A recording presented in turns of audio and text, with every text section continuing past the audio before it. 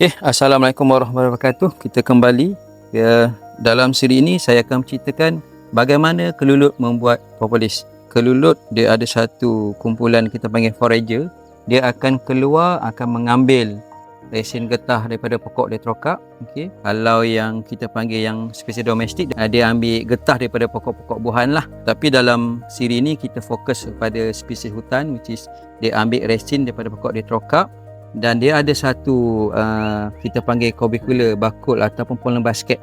Okay, dia akan lekatkan, dia akan potong resin tu mengguna dia punya mandible, dia punya macam kita panggil scientific name mandible lah. Okay, dia akan potong halus-halus, dia akan gulung, dia akan letak dekat dia punya kaki. Dia akan ada, kalau kita zoom in, dia ada banyak bulu-bulu halus, dia panggil polen basket. Dia merupakan bulu-bulu halus yang sangat halus. Dia akan memegang resin, ketul-ketulan resin tu dia akan dibawa masuk dalam sarang. Bila masuk dalam sarang, keajaiban Allah, dia bukan terus tampal tau. Dia akan proses, dia akan mix dengan alio dia, dengan enzim dia, akan berlaku pemecahan daripada resin getah tu, akan berlaku pemecahan molekul skala molekular yang sangat halus. Dia akan proses melalui fermentation, mungkin ada mixing with the madu sikit. Dia akan dia akan jadi kita panggil cerumen.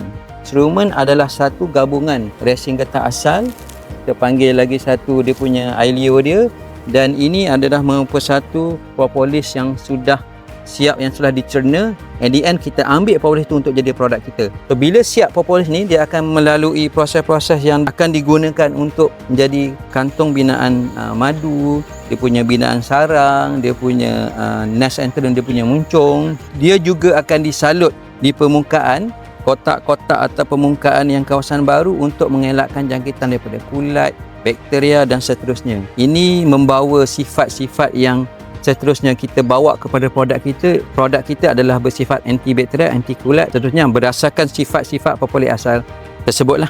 Jadi keunikan propolis ini, kehebatannya adalah terdiri daripada resin.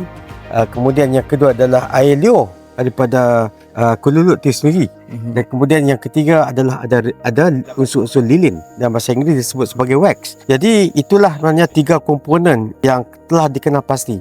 Di antara ketiga-tiga komponen ini, apabila dicantum, apabila digabung membentuk propolis, itulah dipanggil sebagai keunikan propolis dalam menghalang ataupun kita mengatasi daripada serangan bakteria, jangkitan bakteria, jangkitan kulat, dan juga virus, kuman dan sebagainya.